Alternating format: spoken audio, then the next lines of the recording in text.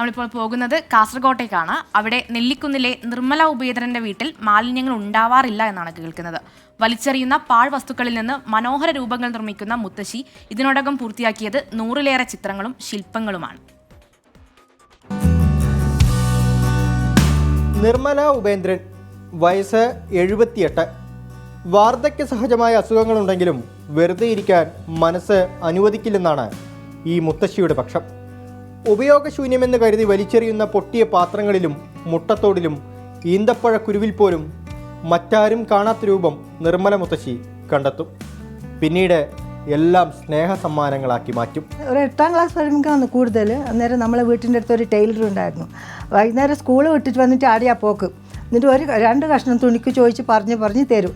അപ്പോൾ അത് കൊണ്ടുവന്ന് വീട്ടിൽ വന്നിട്ട് എന്തൊക്കെ എനിക്ക് ചെയ്യാൻ പറ്റും അങ്ങനെ ചെയ്തുകൊണ്ടിരുന്നു. അതൊരു ശീലമായിപ്പോയി. 10ാം ക്ലാസ്സെല്ലാം കഴിഞ്ഞേരം പിന്നെ തയ്യൽ പഠിക്കാനുള്ള ഇതുകൊണ്ട് തന്നെ തയ്യൽ പഠിക്കാൻ വേണ്ടി പോയി. അങ്ങനെ തയ്യൽ പഠിച്ചു. അന്നേരം കുറേ വർഷം മുമ്പ് തന്നെ തയ്യലും എംബ്രോയ്ഡറി ഒക്കെ പഠിച്ചത്.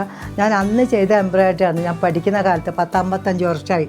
അപ്പോൾ അതങ്ങനെ സൂക്ഷിച്ചിട്ട് വെച്ചിട്ടുണ്ട് ഞാൻ. ഇപ്പോൾ കൊറോണ സമയം കഴിഞ്ഞപ്പോൾ എനിക്ക് വീട്ടിലിരിക്കുമ്പോൾ ഭയങ്കര ഒരു വിഷമം, എന്തോ ഒരു ബോറടിയാകുന്നു തനിച്ച്. അപ്പോൾ അതുകൊണ്ടാണ് കൂടുതലൊരു മനസ്സിലേക്ക് സമാധാനം കിട്ടും. മക്കളൊക്കെ ഓൺലൈനിൽ സാധനം വാങ്ങിക്കും. അപ്പോൾ അവർ പാക്ക് ചെയ്തതെല്ലാം ഞാൻ പറയും അതൊക്കെ കളയണ്ട, അതൊക്കെ ഞാൻ എടുത്തിട്ട് വരും. അപ്പോൾ അങ്ങനെ കിട്ടുന്ന സാധനം പ്ലാസ്റ്റിക്കിൻ്റെ സ്പോഞ്ച് ഷീറ്റ് ഇതൊക്കെ കിട്ടും.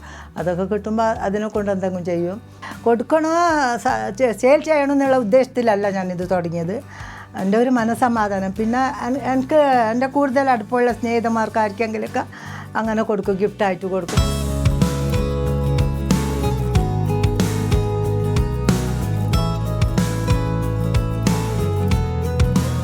അപ്പോൾ ഞാൻ ഈ തയ്ച്ചുകൊണ്ടിരിക്കുമ്പോൾ എല്ലാവരും എന്നോട് വന്ന് ചോദിക്കുന്നുണ്ട് ഇനിയെങ്കിൽ ഈ പ്രായത്തിൽ നിർത്തിക്കൂടെ, ഒതുങ്ങിക്കൂടിക്കൂടെ എന്ന്.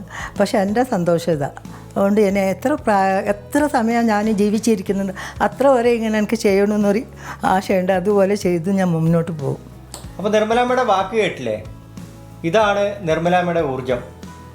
നിർമ്മലാമ്മയുടെ ഈ കാര്യങ്ങളൊക്കെ നിങ്ങളെ കാണിക്കുന്നതിന് വേണ്ടിയിട്ടാണ് ഞങ്ങളിവിടെ എത്തിയത്. നിർമ്മല ഉപേന്ദ്രനൊപ്പം അരുൺ പാറക്കൽ, 24 കാസർഗോഡ്. അതെ, നല്ല അമ്മ എന്ന് തോമസ് കുട്ടി പറയുന്നുണ്ട്. അതെ, നമുക്കൊക്കെ ഊർജം തന്നെയാണ്.